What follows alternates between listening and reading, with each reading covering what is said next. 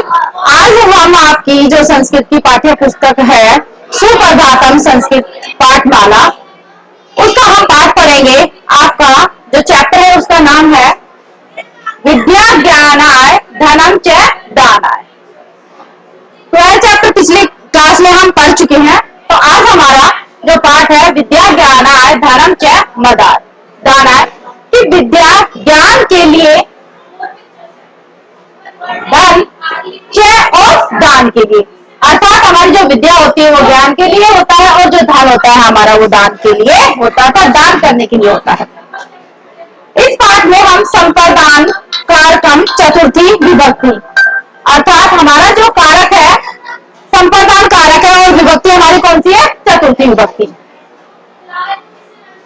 चतुर्थी विभक्ति का प्रयोग हम इसमें पढ़ेंगे। प्रथमा विभक्ति द्वितीय तृतीय हम पढ़ चुके हैं। आज हम चतुर्थी विभक्ति का प्रयोग करेंगे, जो कि है हमारी कौन सा कारक है? चतुर्थी विभक्ति में कौन सा कारक होता है? संप्रदान कारक होता है और हमारी विभक्ति होती है चतुर्थी विभक्ति। चलिए, तो सबसे पहले हम इस पाठ के जो वर्ड मीनिंग है उनका दोहरान कर लेते हैं एक बार। देखिए,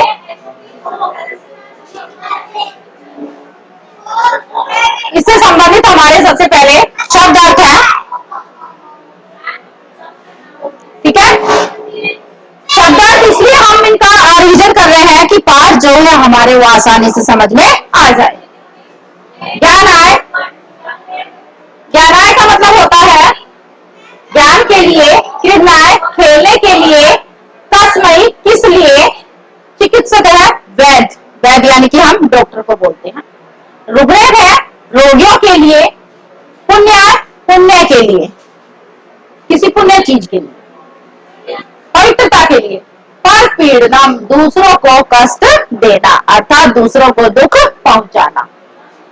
दानाय, दानाय का मतलब होता है दान देने के लिए, किसी को दान देना।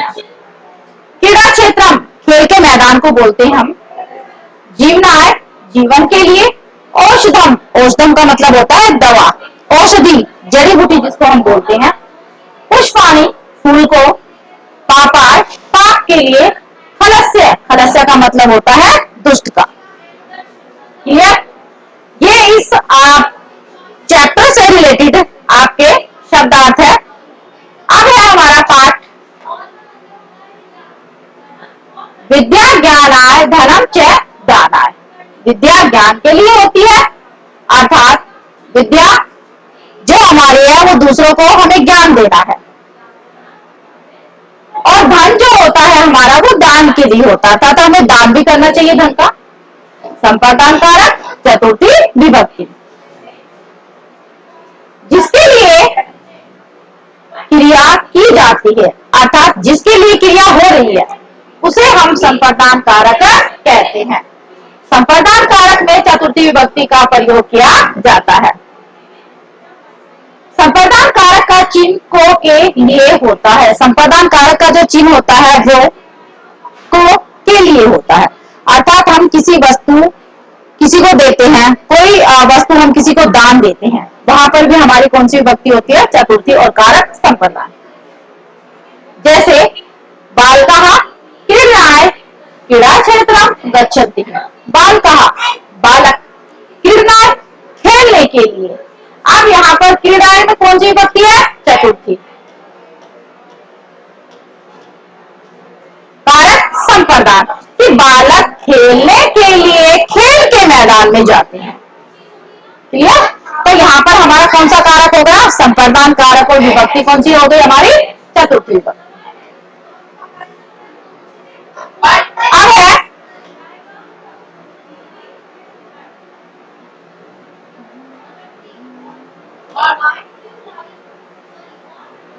अब जलम किमर्थम भवति, जलम, जल जो होता है वो किस लिए होता है? जाहिर सी बात है जल जीवन के लिए होता है, जल जीने के लिए होता है, क्योंकि जल के बिना हमारा जीवन संभव नहीं है। जल जीवनाय भवति, जल जीवन के लिए होता है। क्लियर? अब यहाँ पर किमर्थम किस लिए, और यहाँ पर क्या है? चतुर्थी विभक्ति है यहाँ पर हमारी। कारक संप्रदान कारक, क्लियर। अब जीवनाय में यहाँ पर चतुर्थी विभक्ति लगी हुई है। नेक्स्ट है चिकित्सक है, केद्य है, औषधम यच्छति। चिकित्सक वैद जो है, चिकित्सक का मतलब क्या बताया हमने, वैद। वैद भी होता है और डॉक्टर भी बोल सकते हैं। केद्य किन के लिए, औषधम दवा, यच्छति देता है। जो वैद है वो किसके लिए दवा देता है, किसके लिए, रोगियों के लिए। चिकित्सक है रुग्णे है, रुग्णे मतलब क्या होता है, जो बीमार है, रोगी है, ठीक है, रोगियों के लिए, रोगियों के लिए औषधम दवा, यच्छति देता है। यच्छति का मतलब क्या होता है, देना, क्लियर। आगे है, देखिए आगे जैसे उपयुक्त वाक्य में जीवनाय में चतुर्थी विभक्ति हुई है। मैं पहले बता चुकी हूँ कि जीवनाय जो वर्ड है वहां पर संप्रदान कारक है, चतुर्थी विभक्ति है। जो के लिए का बोध करा रही है, किसका बोध करा रही है, के लिए का बोध करा रही है, अतः यह संप्रदान कारक है। इसी प्रकार रुग्णेभ्य भी संप्रदान कारक ही है। रुग्णेभ्य जो है वो भी क्या है, संप्रदान कारक है। अब जैसे है कि जलम की मतलब होती, जल किस लिए होता है, जल जीवन के लिए होता है। चिकित्सक है रोगी, अर्थात जो वैद है वो किस लिए दवाई देता है, किसको दवाई देता है, चिकित्सक यानी कि वैद रोगियों को दवा देता है, क्लियर। अब है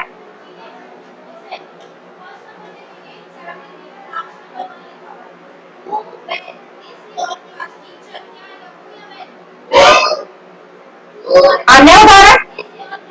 अब अन्य उदाहरण में देखिए क्या दिया गया है, छात्रा पठना विद्यालय गच्छति। छात्रा, यहाँ पर जो छात्रा है वो क्या है, बहुवचन है, क्या है, बहुवचन है, ठीक है। कि जो छात्र है वो पढ़ने के लिए कहाँ जा रहे हैं, विद्यालय जा रहे हैं। कि छात्र पढ़ने के लिए विद्यालय जा रहे हैं, पटना में कौन सी विभक्ति है, चतुर्थी है। आकारांत जितने भी हमारे शब्द रूप होते हैं वो सारे इसके अनुसार ही चलते हैं। जैसे हमने राम का शब्द रूप याद कर दिया तो रामाय बनता है, बालक का याद कर दिया बालकाय बनता है, पठ है तो पठनाय बनता है, यानी कि धातु है यहाँ पर हमारी पढ़ने के लिए। यूयम मित्राभ्याम पुष्पाणि आनयत। यूयम, यूयम का मतलब क्या होता है, तुम सब। यूयम का मतलब तुम सब, तुम सब। मित्राभ्याम मित्रों के लिए, पुष्पाणि फूल, आनयत लाते हो, आनयत मतलब लाते हो, क्लियर। कि तुम सब मित्रों के लिए फूल लाते हो। शिक्षक है छात्राः ज्ञानम यच्छति। शिक्षक अध्यापक है जो, छात्रा है, यहाँ पर छात्रा में भी चतुर्थी विभक्ति है और यहाँ पर मित्राभ्याम में भी कौन सी विभक्ति थी, चतुर्थी। शिक्षक छात्रों को ज्ञान देते हैं। शिक्षक जो है छात्रों को क्या देता है भाई, ज्ञान देता है। यच्छति का मतलब देता है, क्लियर। नेक्स्ट है माता बालकाय दुग्धम यच्छति। माता, माता जो है वो बालक को, बालक को क्या देती है, दूध देती है। माता जो है वो बालक को क्या देती है, दूध देती है, ठीक है। पिता पुत्राय मोदकम ददाति। पिता पुत्र को मोदक, मोदक का मतलब क्या होता है, लड्डू, ठीक है। पिता पुत्र को लड्डू देते हैं।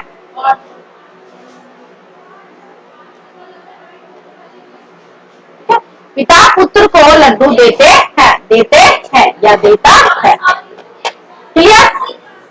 सर्वज्ञ भिक्षुकाय धनम ददाति। भिक्षुकाय में भी यहाँ पर चतुर्थी विभक्ति है।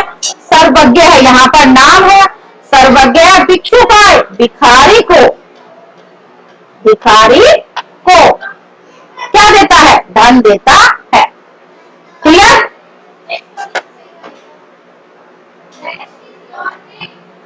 अब है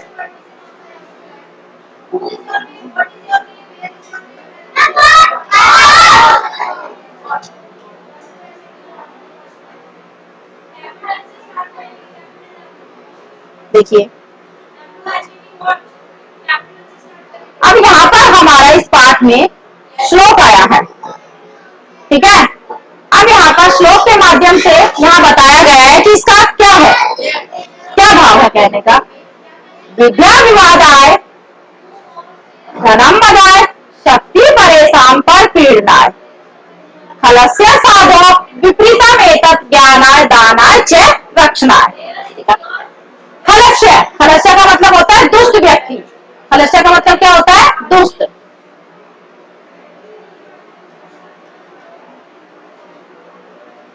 दुष्ट जो व्यक्ति होता है, जो बुरा जो व्यक्ति होता है, ठीक है। साधो का मतलब क्या होता है? सज्जन।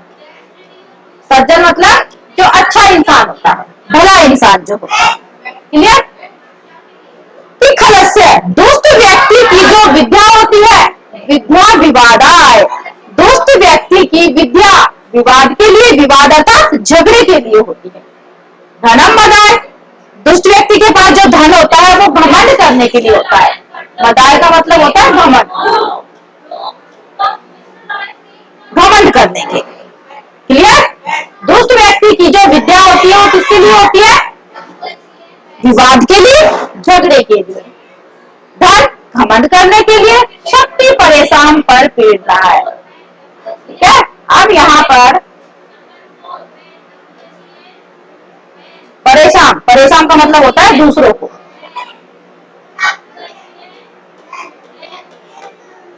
दूसरों को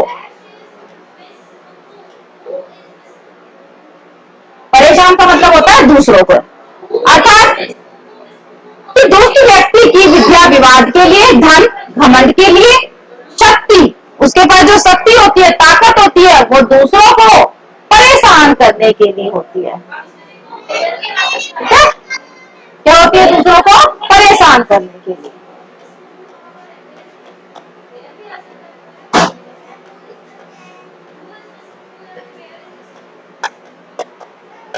परेशान करने के लिए। क्लियर? कि दुष्ट व्यक्ति की जो विद्या है वो विवाद के लिए, धन घमंड करने के लिए, शक्ति दूसरों को परेशान करने के लिए अर्थात तंग करने के लिए होती है। क्लियर? इसके विपरीत, विपरीतम एतत्, विपरीतम एतत् इसके विपरीत, इसके विपरीत, इसके विपरीत जो साधु, साधु अर्थात जो सज्जन व्यक्ति होता है, साधु अर्थात जो सज्जन व्यक्ति होता है, उसकी जो विद्या होती है वो ज्ञान के लिए होती है, धन दान के लिए होता है, और जो शक्ति होती है वो दूसरों की रक्षा करने के लिए होती है। क्लियर? दोनों में अंतर बताया गया है, दुष्ट व्यक्ति और सज्जन व्यक्ति। सज्जन व्यक्ति अपनी शक्ति का कैसे यूज करता है, अपनी विद्या का कैसे यूज करता है। क्लियर? अब यहाँ पर दोनों में अंतर बता दिया गया है कि भाई दुष्ट व्यक्ति की जो विद्या होती है वो झगड़े के लिए, धन घमंड करने के लिए, शक्ति दूसरों को परेशान करने के लिए होती है। इसके विपरीत जो सज्जन व्यक्ति होता है उसकी जो विद्या होती है वो ज्ञान के लिए, धन दान के लिए, और शक्ति दूसरों की रक्षा करने के लिए ही होती है। क्लियर? अब है नेक्स्ट हमारा अष्टापुराणेषु व्यासस्य वचनद्वयम् परोपकाराय पुण्याय पापाय परपीड़नाय। अर्थात इसमें क्या कहा गया है? व्यासस्य, व्यासस्य का मतलब है यहाँ पर कि महर्षि वेश व्यास जी, महर्षि वेश व्यास जी जो महाभारत के रचयिता है, उन्होंने दो बातें बताई गई हैं।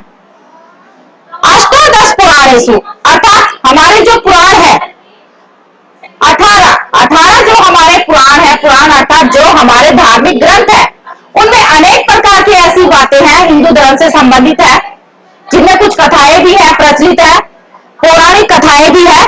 तो उसमें महर्षि वेद व्यास जी ने दो बातें बताई हैं, विशेषकर दो बातें बताई हैं। पहली बात है कि पुण्य जो होता है, पुण्य करने से, परोपकार करने से क्या होता है? पुण्य होता है। परोपकार से पुण्य होता है। परोपकार से क्या होता है? पुण्य होता है। पुण्य होता है। पहली बात क्या बताई कि परोपकार करेंगे तो हमें पुण्य मिलेगा, अर्थात परोपकार जो है वो क्या है? पुण्य का काम। पापाई पर पीड़नाएं, पर पीड़नाएं का मतलब है दूसरों को दुख देना, दूसरों को दुख देना। दूसरों को दुख देना क्या है? पाप होता है। दूसरों को दुख देने से क्या होता है? पाप होता है। ठीक है, अर्थात दूसरों को दुख पहुंचाना क्या होता है? पाप होता है, वो पाप के लिए होता है। क्लियर? कि महर्षि वेद व्यास जी ने 18 पुराणों में दो ऐसी बातें बताई हैं। पहली बात कि परोपकार करने से पुण्य होता है, अर्थात जो हमारा परोपकार हम करेंगे किसी दूसरे के लिए, उससे हमें पुण्य होगा। पहली बात ये थी। दूसरी बात बताई है कि दूसरों को दुख पहुंचाना, दूसरों को कष्ट पहुंचाने से क्या होता है? पाप होता है। अर्थात पाप के लिए, यानी कि अगर हम दूसरों को तंग करते हैं, दूसरों को हम परेशान करते हैं, कष्ट पहुंचाते हैं, तो उससे हमें पाप लगता है। क्लियर? कि दूसरों को तंग करना क्या होता है? पाप होता है। महर्षि वेद व्यास जी के ये दो वचन है जो कि 18 पुराणों में बताए गए हैं। विशेषकर ये दो बातें बताई गई हैं, ये महर्षि वेद व्यास जी ने बताई है। क्लियर? अब है यहां पर भी संप्रदान कारक का प्रयोग हुआ है। विवादाय में, ज्ञानाय में, दानाय में, पर पीड़नाय में, रक्षणाय में, बहुत सारे ऐसे वचन हैं। यहाँ पर भी पुण्याय में भी चतुर्थी विभक्ति है, पापाय में भी चतुर्थी विभक्ति है। अर्थात इनमें यहाँ पर चतुर्थी विभक्ति और संप्रदान कारक का प्रयोग हुआ है। क्लियर? अब देखिए कुछ हमारे स्मरणीय बिंदु है जो बहुत ही ज्यादा क्या है? इंपॉर्टेंट है। स्मरणीय बिंदु, किमर्थम, किमर्थम एक अव्यय है। अव्यय का प्रयोग किस लिए और क्यों के अर्थ में किया जाता है। अर्थात किमर्थम का मतलब क्या है? किमर्थम एक अव्यय है, अविकारी शब्द है। इसका प्रयोग किस लिए और क्यों के अर्थ में किया जाता है। क्रुद्ध, क्रुद्ध का मतलब क्रोध, दा का मतलब देना, रुच का मतलब रुच लगना, अर्थात अच्छा लगना। आदि के योग में भी चतुर्थी विभक्ति का प्रयोग होता है। अर्थात जहां पर ये वर्ण आते हैं वहां पर हमारी चतुर्थी विभक्ति और संप्रदान कारक होता है। अकारक, पुल्लिंग शब्दों में संप्रदान कारक चतुर्थी विभक्ति के एक वचन में आय, द्विवचन में आभ्याम और तथा बहुवचन में एक भय लगाया जाता है। अकारक पुल्लिंग जो शब्द होते हैं, राम का शब्द है। अब मैंने बताया ना कि राम है रामाय, बालक है तो बालकाय। अब यहाँ पर ये फॉर्मेट है हमारे पास, ये टेबल बनी हुई है, ये हमें याद करनी होती है। तो इजिली हम सारे शब्द रूप अकारक पुल्लिंग शब्द रूप सारे लर्न हो जाते हैं हमें। जैसे आय है, यहाँ पर हमने क्या लगा दिया? छात्रा, बालकाय, आभ्याम, छात्राभ्याम, बालकाभ्याम, एक भी है छात्रे भी है, बालकी भी है। हम इनको ऐसे बना सकते हैं। क्लियर? अब है जैसे यहाँ पर मैंने छात्राएं बनाया, हम यहाँ पर क्या बना सकते हैं? रामाय, आभ्याम, रामाभ्याम। क्लियर? और रामे, रामे भय। क्लियर? तो इस प्रकार हम सारे अकारांत शब्द रूप बना सकते हैं। यहाँ पर चतुर्थी विभक्ति है, ये चतुर्थी विभक्ति की फॉर्मेट बना हुआ है कि यहाँ पर हमारी चतुर्थी विभक्ति में आय, आभ्याम और एभ्य हम लगाते हैं। क्लियर? तो आज का जो हमारा कारक था संप्रदान कारक चतुर्थी विभक्ति, ये हमने पढ़ा है कि कि संप्रदान कारक और चतुर्थी विभक्ति कहाँ पर होती है, किसी को द्वारा कोई क्रिया की जाती है, किसी को कोई वस्तु हम देते हैं, तो वहां पर हमारी चतुर्थी विभक्ति होती है और संप्रदान कारक होता है, जिसमें महर्षि वेदव्यास जी के भी 2 वचन आए हैं, क्लियर, और सज्जन और जो दुष्ट लोग हैं उसकी भी बात इसमें यहाँ पर बताई गई है, क्लियर। कीवर्तन का भी कुछ अव्यय है, कीवर्तन यहाँ पर प्रयोग आया है, क्रुद्ध, दा, रुच आदि योग में भी हमारी चतुर्थी विभक्ति होती है। तो आज का हमारा जो टॉपिक था संप्रदान कारक और चतुर्थी विभक्ति, वो पूरा हुआ है। ऐसे हम ये जो इसका नेक्स्ट पार्ट है, इसकी एक्सरसाइज हम कल नेक्स्ट क्लास में हम पढ़ेंगे। तो उसके लिए आज के लिए धन्यवाद।